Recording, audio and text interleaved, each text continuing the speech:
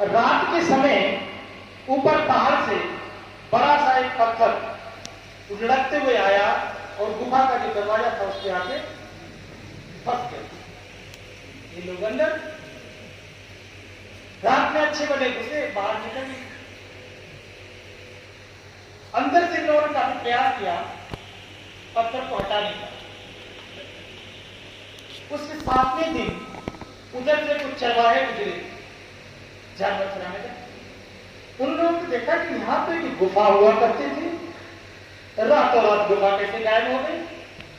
उन लोगों का चलो देखा जाए कुछ तो कारण होगा। तो लोग देखने गए, उनको लगा अच्छा ये पत्थर रखते हुआ आया और गुफा के दरवाजे पे टिक गया। उन लोग क्या करते थे, ये चरवाहे लोग बरसात में कभी धूप होती तो गुफा में विश्राम करते, जानवर चलते रहते थे, तो इसलिए उनको जरूरत थी। तो उन लोगों ने सबने मिलकर के उपाय करके पत्थर को हटाया। पत्थर को हटाया तो देखा वो बनते जो 7 दिन के अंदर न कुछ खाया न पिया, कहाँ मिलेगा खाने के लिए पंडित को था। शरीर दुर्बल कमजोर हो चुके, दुख है, जीवित थे। बाहर निकाला उन लोगों को और खाने पीने को दिया। फिर उन लोग 1-2 दिन विश्राम किए, थोड़ी एनर्जी हुई, फिर बाबू वहां गए।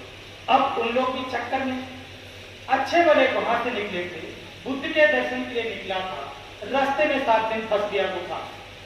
ऐसा हमने क्या किया, चलो बुद्ध के पास जाके पूछेंगे। तो ऐसे 3 दिशाओं से 3 विभिन्न घटनाओं के लोग बुद्ध के पास। पहला वाला समूह जिसने उस कौवे को मरते हुए देखा, बुद्ध के पास गया तो भगवान से कुशल क्षेम हुई और कुशल क्षेम के बाद भगवान से बोला कि भगवान हमने रास्ते में ऐसा ऐसा देखा, लेकिन हम लोग समझ नहीं पाए कि आखिर उस कौवे को ऐसे जल के क्यों मरना था। तो बुद्ध ने पूरा घटना सुना। घटना सुनने के बाद अपने बुद्ध नेत्र से देखा, ध्यान लगाया बुद्ध ने, तो जो पूर्व जन्मों का बुद्ध जानते हैं, देख सकते हैं, उस चित्र से देखा भगवान ने। तो देखा भगवान ने कि वो एक कौवा था, कभी एक किसान हुआ, एक किसान। तो किसान बैल से खेती होती थी, अभी तक होती रही है। और जो खेत जोतने वाला बैल की जोड़ी होती है वो 19-20 की होती है, कभी 18-20, कभी 18-21 ऐसी भी होती है। एक समान मेहनती नहीं होते थे, एक थोड़ा आलसी होता है, एक तीव्र और तेज होता है, ऐसा।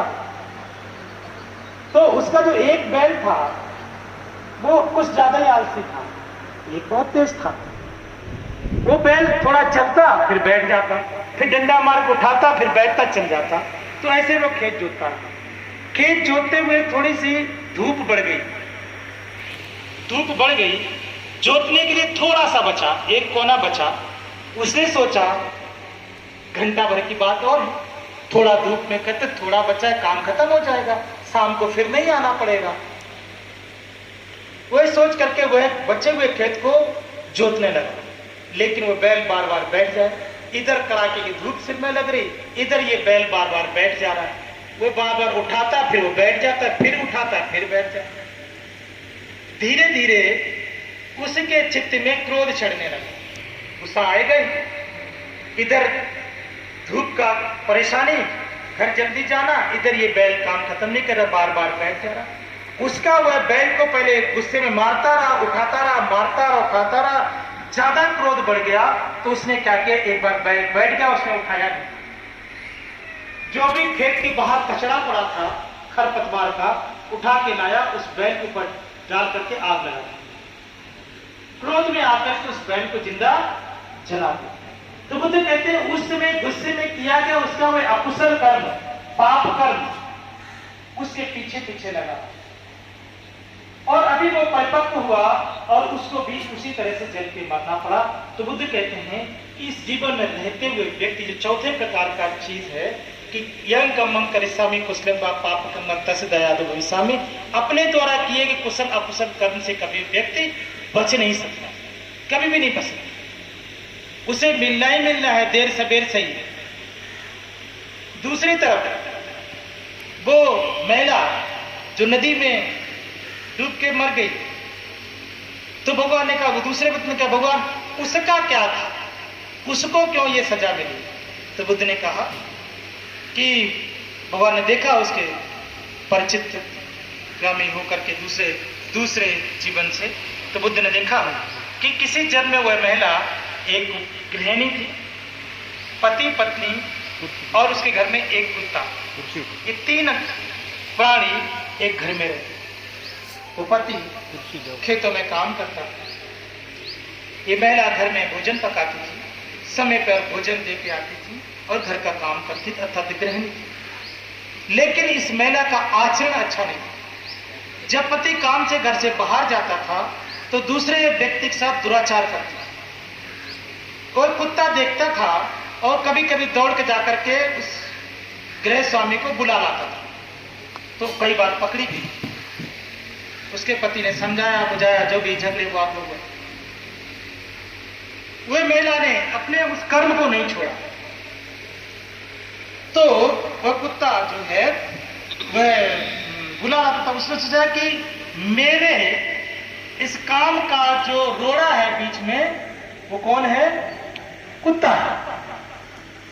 इस कुत्ते को हटा दिया जाए तो मेरे पति को पता ही नहीं चलेगा, तो मैं पकड़ी नहीं जाऊंगी। तो कुत्ते को जीवन से हटा दिया जाए। तो उसने सोचा, उपाय किया। उसने क्या किया, सुबह सुबह अपने पति के लिए उसने भोजन पका के खेत पे लेके जा रही थी। उस दिन उस कुत्ते को बड़ा लाल दुलार किया उसने, सुबह सुबह खाना खिलाया, सब कुछ किया।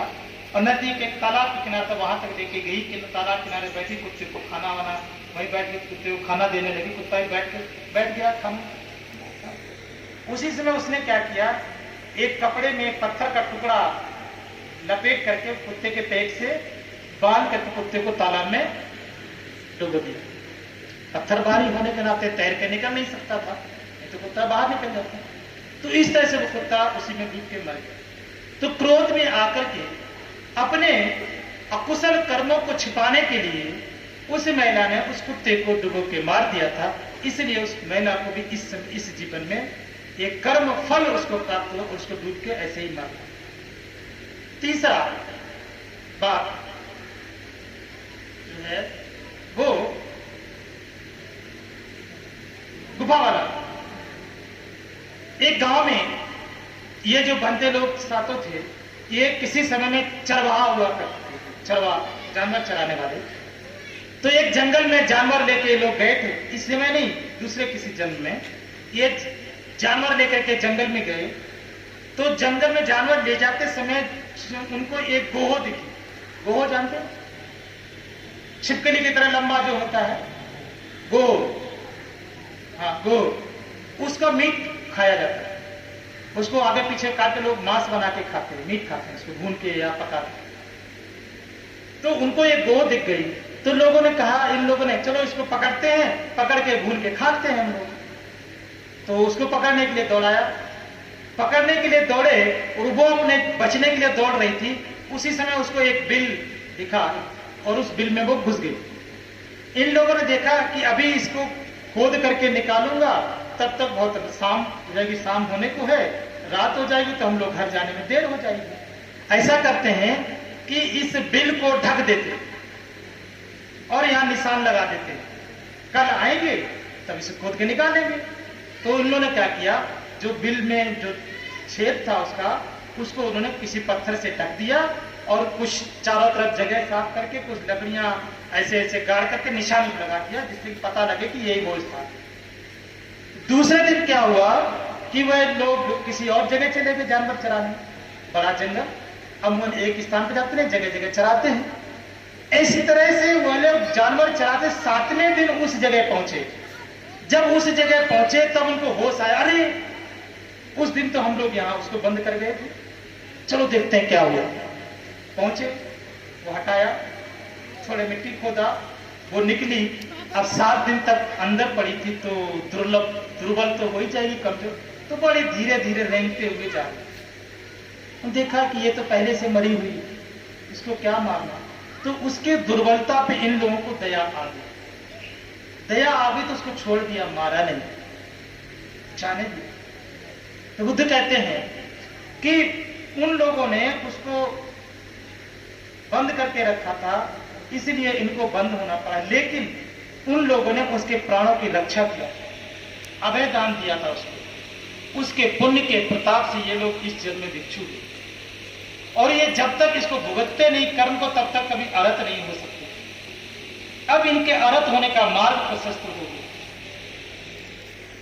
बुद्ध कहते तो वैसा बना। तभी बुद्ध ने कहा, न आकाश अट्ठे, न समुद्र मज्जे, न पबतानंग विवरण पवित्र। न आकाश में छिप करके, न समुद्र मज्जे, न समुद्र की गहराइयों में छिप करके, न पबतानंग विवरण पवित्र, न पर्वतों की गुफाओं में छिप करके, कहीं से भी मनुष्य अपने द्वारा किए गए कुशल कर्मों से बच नहीं सकता, न कुशल कर्म से बच सकता। बहुत सारा उदाहरण पाली साहित्य में, बौद्ध साहित्य में इस बात के भरे हुए हैं। एक वैद्य था, गुस्से में आकर के उसने एक महिला के आंख की रोशनी ले लिया। बड़ी स्टोरी है, बताऊंगा नहीं, सार बताता। एक महिला का इलाज करते करते उस महिला ने झूठ बोला कि तुम्हारी दवा से मेरा आंख ठीक नहीं हो रहा, और शर्त लगी थी। उस महिला ने कहा, तुमने मेरी आंख ठीक कर दी तो तुम्हारी दासी बन के रहूंगी जीवन में।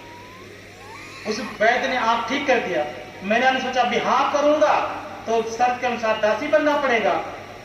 तो उसने कहा, ठीक नहीं हुई तुम्हारी आंख। वैद्य समझ रहा है झूठ बोल रहा है, झूठ बोल रही है। तो गुस्से में आकर उसने जहर दे दिया, और ठीक हुई आंखें उसकी खराब हो गई। बाद में वह भिक्षु हुआ, अरहत होने से पहले आंख से अंधा हो गया। तो लोगों ने पूछा, भगवान ये अरहत होते भी अंधा क्यों हो गया? तो बुद्ध ने उसकी उस घटना को बताया। वो है कर्म। इस जीवन में भी भिक्षु होने के बाद भी उस कर्म से वह बच नहीं सका। दूसरे संप्रदायों में, दूसरी परंपराओं में ऐसी मान्यता है कि आपसे यदि कुछ पाप कर्म, अकुशल कर्म हो जाता है तो आप स्नान करके आ जाओ, धुल जाएगा। यज्ञ, हवन, सामग्री, पूजा पाठ, विशेष पूजा कर लो, धुल जाएगा। बुद्ध कहते हैं, न आकाश अट्टे, न समुद्र मज्जे, न पब तारंग। कुछ भी कर लो, कहीं छिप जाओ, कहीं भाग जाओ, लेकिन अपने पूर्व में किए गए कुशल अकुशल कर्मों के परिणाम से कभी भी बच नहीं सकते। इसलिए बुद्ध का जो धर्म है वो कर्म प्रधान है। तो जो चौथी चीज है, कौन सा? अपने द्वारा किए गए कुशल अकुशल कर्मों के परिणाम से बच नहीं सकते। तो चार चीजें ऐसी बुद्ध ने बताई। पहला क्या बताया था हमने? बुढ़ापे से कभी बच नहीं सकते, आशीर्वाद स्वरूप प्राप्त नहीं हो सकता, रोग से नहीं बच सकते, मृत्यु से नहीं बच सकते, और अपने द्वारा किए गए कुशल अकुशल कर्म से नहीं बच सकते। और कुशल अकुशल ही सुख और दुख के घोतक होते हैं। मैंने कहा ना, मनसा चे पसन्ने भाषत बा करोत ततो नम सुख मन व्यति छाया व अनपाय।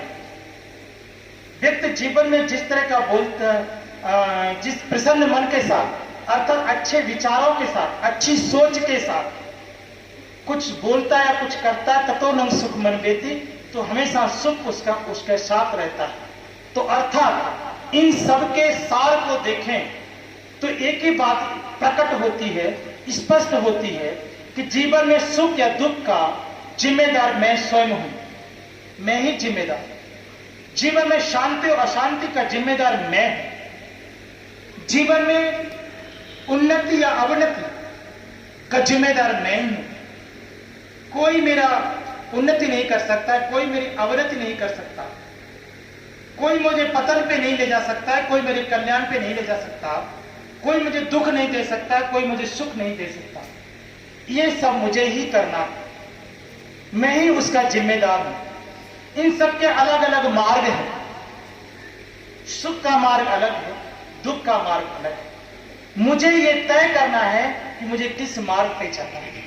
तो जीवन में यदि सुख चाहिए, घर में शांति चाहिए, परिवार में, घर में, जीवन में उन्नति चाहिए, तो बुद्ध के बताए ये मार्ग कायन समरो साधु, वाचा समरो साधु और मनसा कायन समरो साधु, मन, वाणी और काया से समृद्ध होना ही पड़ेगा और उसके लिए 10 सील का पालन करना।